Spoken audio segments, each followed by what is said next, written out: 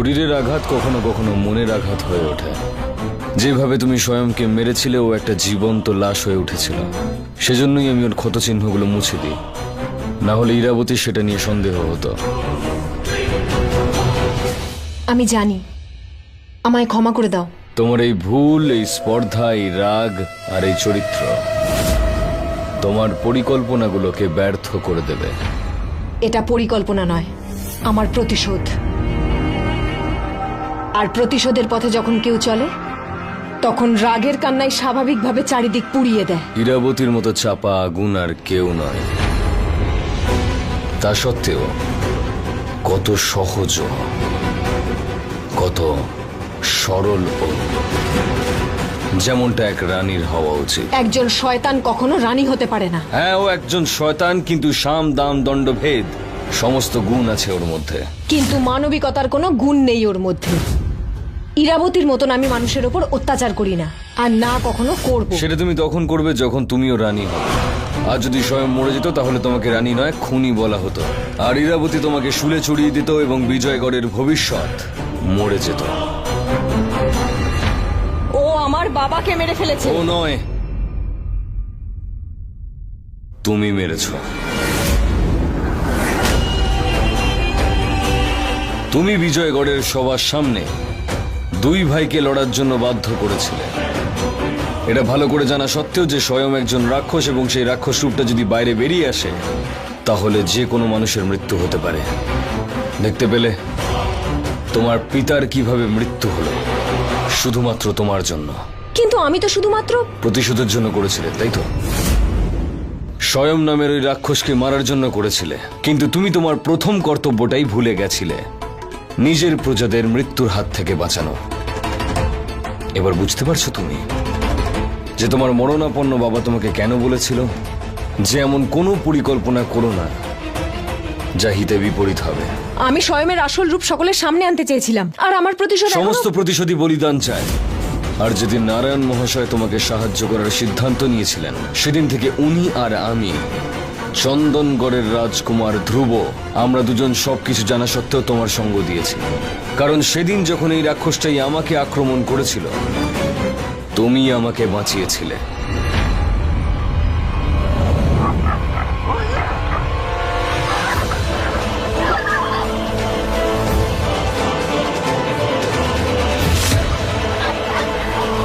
থামো!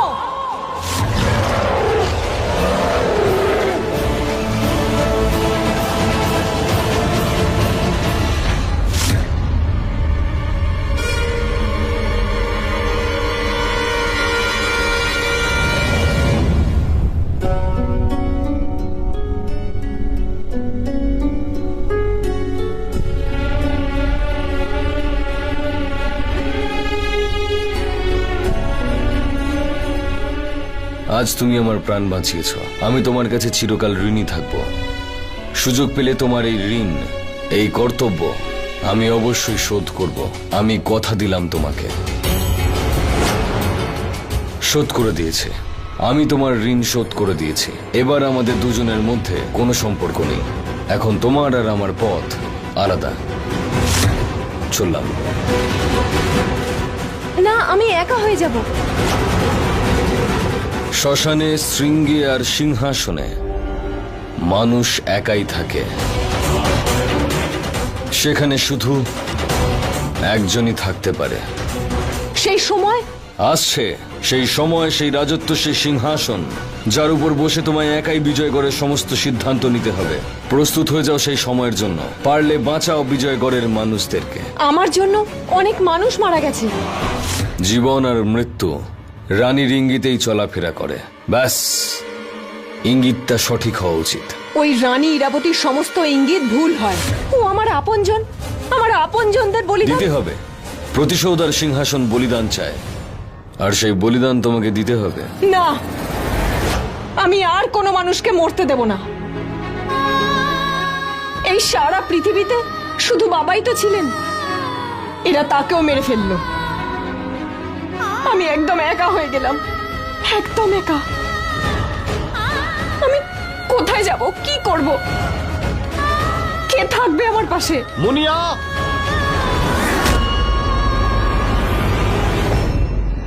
ধীর কি ধ্রুবকে দেখে ফেলেছে?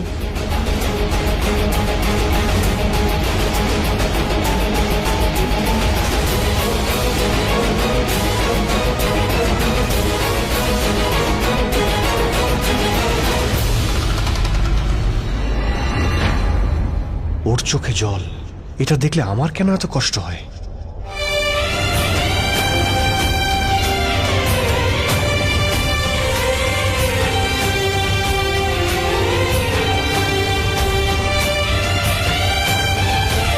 আমি জানি তুমি তোমার বাবাকে হারিয়েছ, কিন্তু এই পৃথিবীতে সবাই চিরদিন থাকে না। তাই চলো এখান থেকে, কারণ এখানে থাকলে তুমি বিপদে পড়তে পারো। আমার সমস্ত বিপদ সব আপনজনদের হারিয়ে ফেলার কারণ তুমি। আমি এই কারণটা মুছে ফেলবো। তোমাকে তো আমি কিছুতেই ছাড়বো না।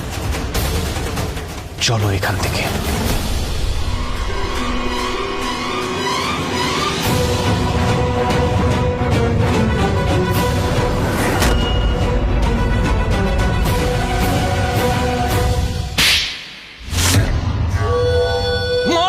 একদম চুপ! কেন এরকম করলি বল? রাক্ষস কেন হলি? আমি যতবার তোকে তোর রাক্ষস রূপ থেকে দূরে সরিয়ে রাখার চেষ্টা করি, ততবার তুই সেই একই কাজটা বারবার কেন করিস বলতো? কি দরকার ছিল এক মুহূর্তে তুই রাক্ষস হয়ে যাস? আজ আবার হয়ে গেল। তো আমাকে রাক্ষস বানিয়েছে কে? তোমার আদরের ছেলে ধীর। আর ধীরকে বাধ্য কে করলো যুদ্ধ করার জন্য? তুই। আমি লড়েছি আর হেরেও গেলি। না, হেরেছে ধীর। আহত হয়ে মাটিতে ও পড়েছিল, আমি নই। আমি ওকে হারিয়েছি। না, তুই হারাসনি। তোর ভেতরে সেই রাক্ষসটা ওকে হারিয়েছে। তুই কোনোদিনই নিজের ক্ষমতায় ওকে হারাতে পারবি না, কারণ ধীরের মধ্যে হাজার যোদ্ধার ক্ষমতা আছে। তুই কোনোদিন হারাতে পারবি না। ব্যাস!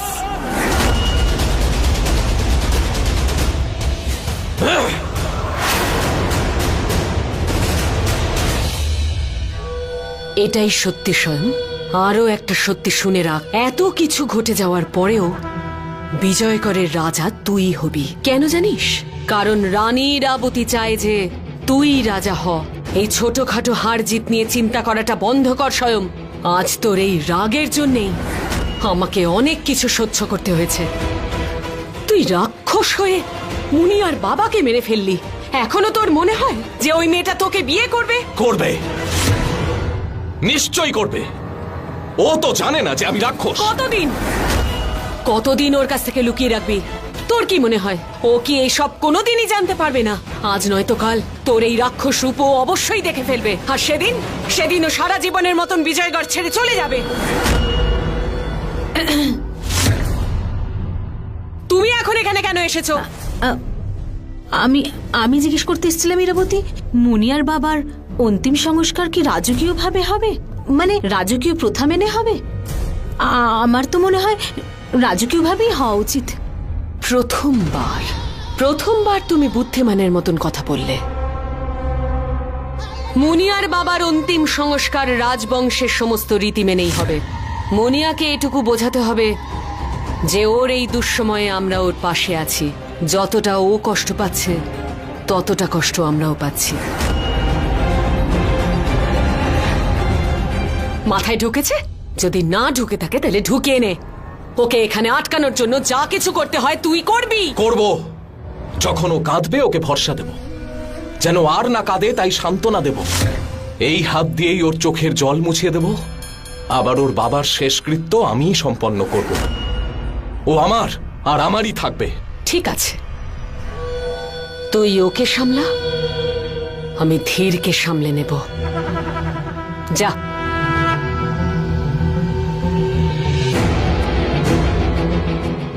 এই মহলে আমি ছাড়া আর এমন কে আছে যে ধীরকে সেই নেশাই করিয়েছে যা আমি করাতাম, আর যা একমাত্র আমিই জানতাম।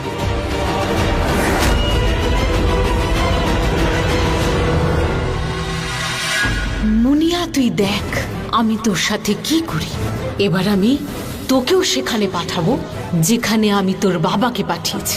তারপর শ্মশানে বসে তোরা যজ্ঞ করিস দুজনে।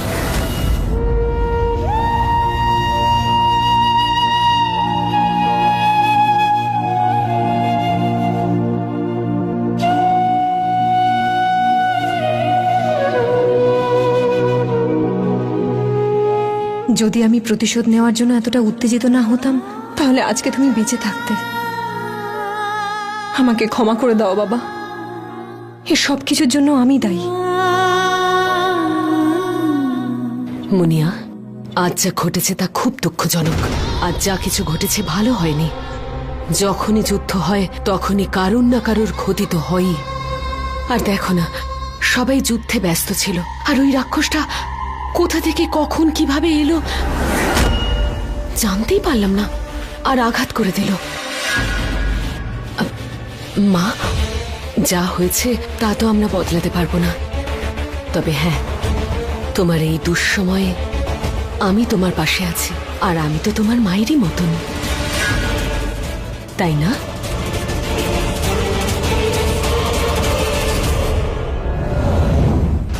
এই কাজ যত তাড়াতাড়ি শেষ হয় আমাদের জন্য মঙ্গল। চিন্তা করবেন না রানীমা, আমি পণ্ডিত মশাইকে বলে দিয়েছি যাতে ছোট করে পুজো করে আর তাড়াতাড়ি শেষ করে দেয়। স্বাহা। এখন অন্তিম আহুতির জন্য এনার পুত্রকে ডাকুন।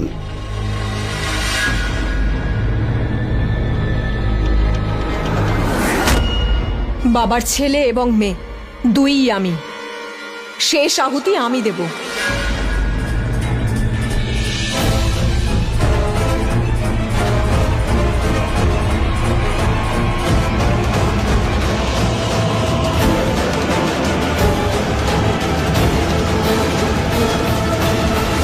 কেমন নির্লজ্জ বেহায়া দেখো, যে হাতে ও আমার বাবাকে মারলো সেই হাত দিয়ে আহুতি দিতে যাচ্ছিল।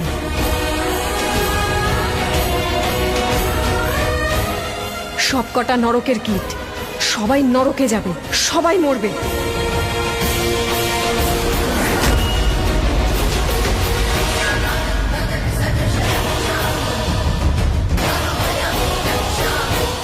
কন্যা, এই পুজোর প্রসাদ রাজ পরিবারের মধ্যে বিতরণ করো। হে ভগবান, মামুনিয়া, তুই জানিস না তোর জন্য কত কষ্ট হচ্ছে। তোমার বাবা কত বড় মনের মানুষ ছিলেন, বড় ভালো মানুষ ছিলেন উনি, বেচারা। না না, আমি এই লাড্ডু নিতে পারবো না, মানে বলছি আমি খেতে পারবো না। আগে রানীমাকে দাও।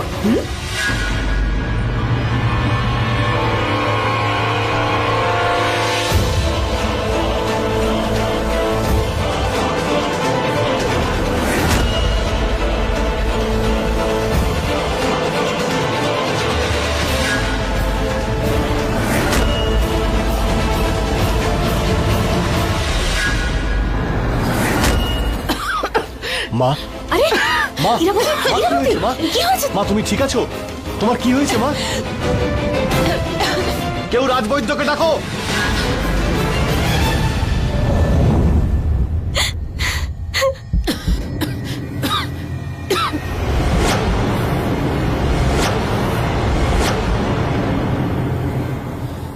ইরাবতীর এই অবস্থা দেখে সব থেকে বেশি আনন্দ আমার হচ্ছে। যদি ওর এই অবস্থা আমি করতে পারতাম, কিন্তু এটা তো করেছে অন্য কেউ। কে করেছে? কে করতে পারে এমনটা? ইরাবতীর আবার কোন নতুন শত্রু এলো এই মহলে? আমার ননদের কি হলো? দেখো না এর কি অবস্থা হয়েছে। আরে কিছু করুন না বৈদ্যমা, কিছু করুন। আপনি তাড়াতাড়ি কিছু করুন। আপনারা দুজনে শক্ত করে পাটা চেপে ধরুন।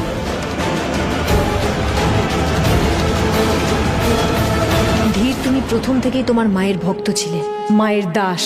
তুমি অন্য আর কাউকে ভালোবাসতেই পারো না। আমিই ভুল করেছিলাম তোমাকে ভালোবেসে।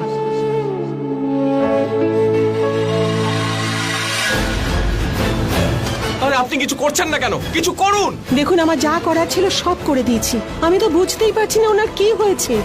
ওনাকে কি ওষুধ দেব? ওনার তো নিঃশ্বাস বন্ধ হয়ে আসছে। বুঝতে পারছি না কি করে এনাকে বাঁচাই। মা, মা, তোমার কিচ্ছু হবে না। আমি তোমার কিচ্ছু হতে দেবো না মা। মা, মা। সবাইকে বাইরে যেতে বল। কিন্তু মা, তোমার চিকিৎসা চলছে তো। আমি বলছি তো, বাইরে যেতে বল।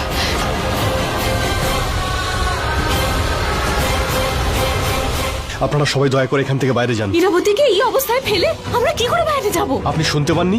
মাই বলেছেন বাইরে যাওয়ার জন্য। রাজবৈদ্য, আপনিও বাইরে যান। আর তুইও। তুমি পাগল হয়ে যাওনি তো? আমি মাকে ছেড়ে চলে যাব? এটা মাই বলেছে সবাইকে এখান থেকে চলে যেতে। না, আমি যাব না। আমার কথাটা বোঝার চেষ্টা কর। স্বয়ং বলছি তো তুই বাইরে যা।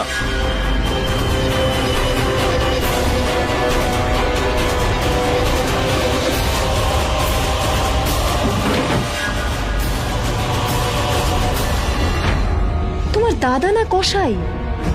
শুধু কি ওর মা, তোমার মা নয়? ধাক্কা দিয়ে বাইরে বের করে দিল, আর তুমি চলেও এলে যেমন গরুর বাট থেকে দুধ আর কল থেকে জল। পাগল নাকি তুমি? আরে রানী আবার আজকে ওপরে চলে যাবে না তো? কিন্তু ওকে মারার চেষ্টা কে করলি? চন্দ্রকান্তার ভূত ওকে মারার চেষ্টা করেনি তো?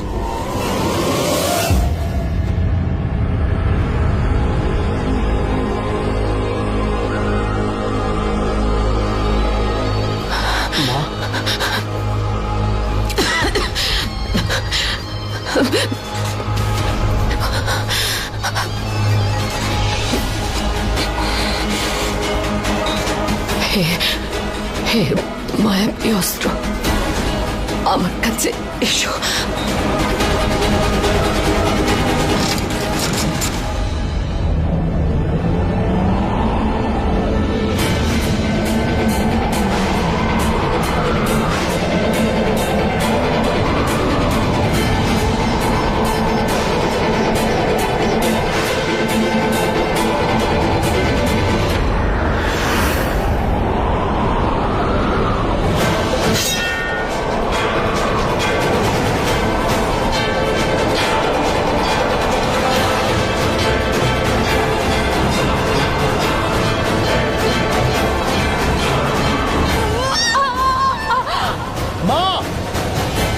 মা, মা, ধীর ধীর, দরজা খোলো।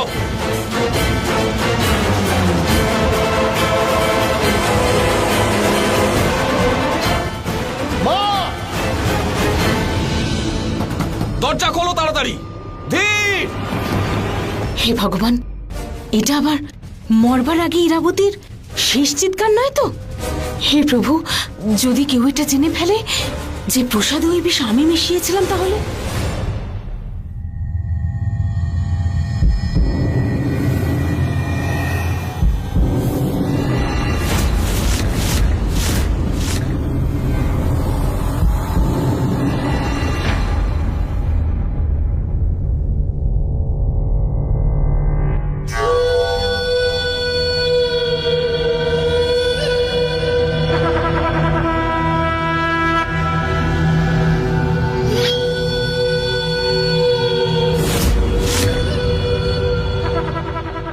যাও, নিজের স্থান গ্রহণ করো।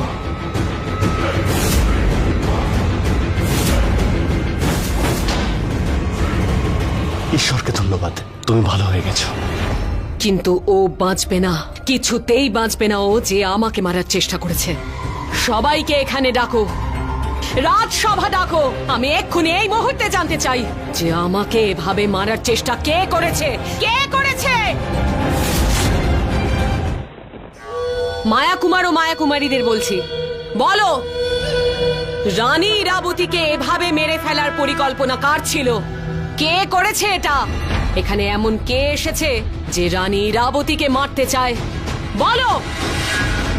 চুপ করে থেকে কোনো লাভ হবে না, বলো, কারণ যা কিছু হয়েছে তা তুকতাক ছাড়া সম্ভব নয়। বলো। রানীমা, আমরা জাদু করে জানতে পেরেছি আপনার উপর কেউ কোনো রকম টুকটাক করেনি। চুপ, চুপ করো।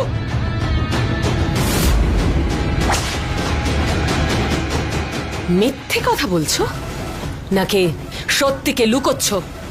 বলো, বলো আমাকে, সত্যিটা বলো, সত্যি বলো, না হলে। সত্যি কথাটা আমি তোমাকে বলছি মা।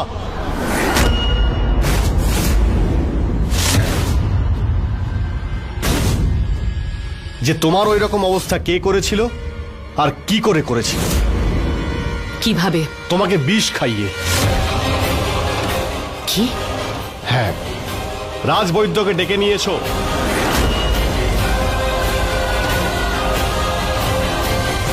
রাজবৈদ্য, মাকে সত্যিটা বলুন। আমি আপনার রক্ত পরীক্ষা করেছি, জানতে পেরেছি আপনার রক্তে বিষ ছিল।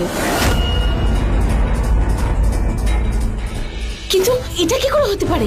আজ সকাল থেকেই এত গন্ডগোল হচ্ছে যে মুনিয়ার বাবার সৎকার, স্বয়মের ধীরে লড়াই, পুজো অর্চনা, নিয়ম পালন এসব করতে করতে এর মধ্যে খাবার তো দূর, সকাল থেকে এক ফোঁটা জলও পান করেনি। নিশি বৌদি একদম ঠিক কথা বলছে। না মা, তুমি কিছু ভুলে যাচ্ছ। তুমি কিছু খেয়েছিলে, মনে আছে? তুমি প্রসাদ খেয়েছিলে।